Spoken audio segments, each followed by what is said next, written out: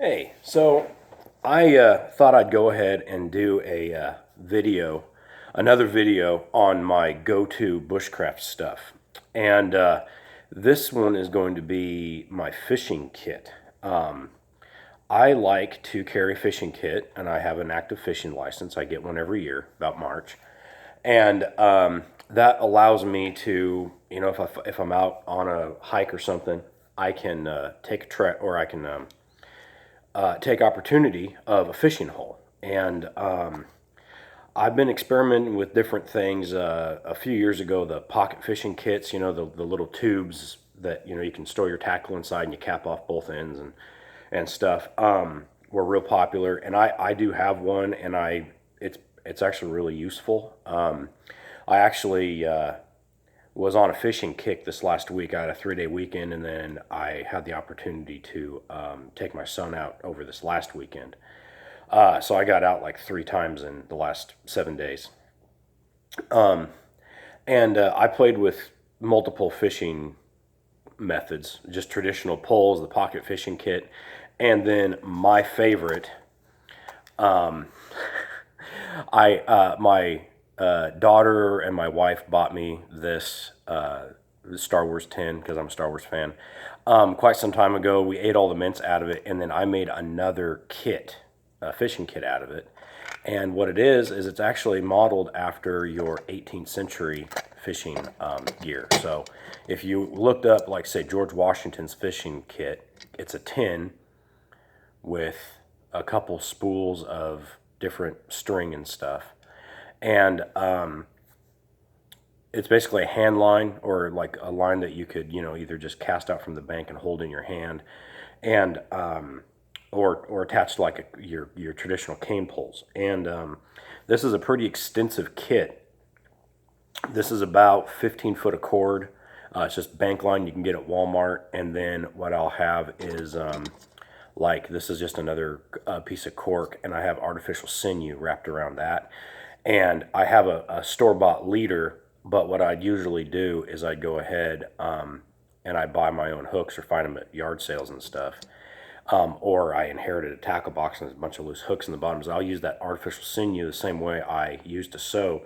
I'll pull off about a foot or so and tear it down to 3 pieces, and then I can make, out of one piece, one 1 foot piece, I can actually make 3 leaders.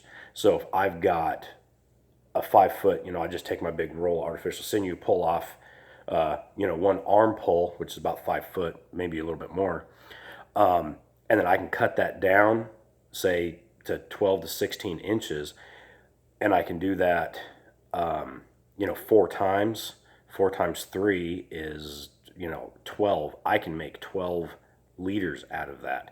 I actually run out of hooks before I ever run out of string. So, and then what I do is I make it all up, and this cork, you can either put a slit in it, or you can, there's a knot that you can do, or you loop the string once, twice, put the loop behind it, and then, or the other, slide your cork in or in the middle of them, and then tighten them down, and it just ties it around, and it'll just float. And I really like these because they're small, and they'll actually support more weight than a bobber almost twice its size, at least the cheap bobber I had.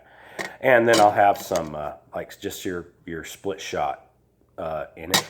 So I'll have a hook, a sinker, and I'll put the sinker on the end of this line. That way I just have my leader. And this catfish stuff is that's the section you find, is look for the catfish section at Walmart, and you'll find this bank line. And it's got like over 100-pound test. Some of it's even up to 300 pounds.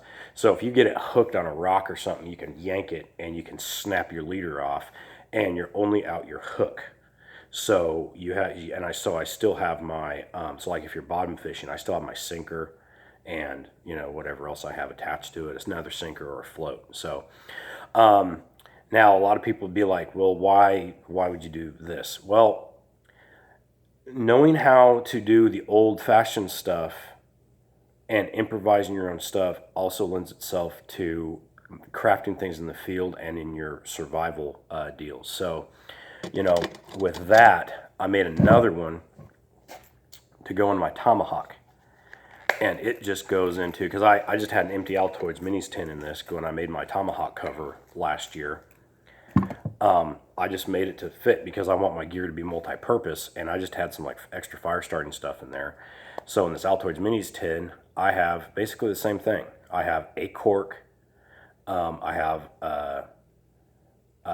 right there is a hook with a leader on it. I already have a lead weight on there, and then I have another piece of cork because I found a cork that was like huge, and I just started cutting sections off. And I've got some more artificial sinew, and I have some extra hooks and stuff in the bottom of it. So I can now carry, as long as I have my Tomahawk, I have a fishing kit. And like that, if this was to be a survival fishing kit, I'd have that box loaded with tackle. I'd have multiple hooks, multiple sinkers, and then I would just use, the 20 or 30 or 50 feet of, paracord or whatever to make a hand line or a cane line out of. And then I just have more extensive tackle box. This just lets me, as a bushcrafter, do some fishing while I'm out in the field. And these kind of more older-fashioned fishing kits or fishing method is actually almost now my favorite way to fish, because over the weekend I used a pole. I used the pocket fishing kit, which still had like monofilament line and stuff, and both of those met catastrophic failure, where this one did not. I caught, I had my pocket fishing kit, and I quickly lost the end on it because I forget what happened. It got a fish took it down under a rock, and I think the fish threw the hook, and I couldn't get it back. I could see my bobber down the bottom of the water because I'm only fishing about 5 feet of water, and it's crystal clear water. And down the bottom of it, I just had a yank and snapped it. So I just put it away, and I pulled out, I have another one of these in my pouch. I went to my car, got my thing, and I proceeded to catch 10 fish with that. Half of them I threw back because they're just little guys. The other ones were about hand size. We put them in a bucket, and we cooked them and ate them. With my son, I got my pocket fishing kit back up. And then I got my a pole because he wanted to try it. He's only 4, so he just wanted to try it. And I promptly, because I was fishing and keeping an eye on him, I heard a car coming because it's a low water bridge crossing. I heard a car coming, so I just turned to see what was going on as I was casting. So I'm sitting here, I just flicked my wrist, and I heard a car engine fire up, and it was just the people upstream. They were just playing in the water. And my line went straight into a tree branch and it was gone. I actually had to cut my line. So I ended up doing, putting it back together later, but I just pulled my pocket fishing kit out and I started fishing again. So that's the nice thing about that. Well, that was Saturday. Sunday I went out and I was just messing around with it, and I tried bottom fishing, and I got it hung up on something. I couldn't see what it was. And I lost the end of that, so I redid it and everything, and I went back to other stuff because I'm just kind of playing around with this, trying to figure out the best way to set that up. And again, I was pretty well back to this. I did get the fishing pole back up, and Sunday wasn't as successful just because the fish weren't biting as good as they were the day before. But with the pocket fishing kit, I caught probably 10 fish too. And then with this, I have had great success for actually the last 4 years or so with using the what do you call, like 18th century coarse fishing. It's kind of interesting stuff. It's pretty easy too, and but this is how I like it. And what I do is I just, for a hand line, some guys will have 30 feet of line on a little spool, but what I like to do, because they tend to get tangled up and stuff, and where I fish, the actual locations I fish, I don't need to be able to cast that far fishing from the bank. I just have to get out about 10 feet, 12 feet or so. So what I do is I pull one length, pull another length, and this is off the spool, so the spool's a bank line's on the ground. I go like this, and then whatever's left dangling from the ground, because I'll have a loop in this hand, I cut off. I'll put a loop that I can put a finger through or attach to a branch or something, and then I have that loop in my hand, and then I attach on my tackle from there, and then I can throw it out, and I only have one loop that will come undone. And then when I need to reel it in, I just pull that, I just go like this, loop it, and then boom, and my line's out of the water.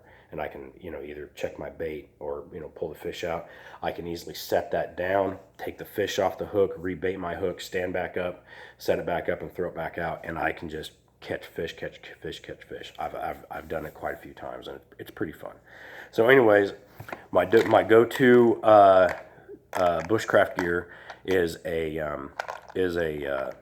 like a homemade fishing kit, or any fishing kit that you want, but something small enough that you can put in a pocket or a pouch or a haversack or the pocket of a backpack.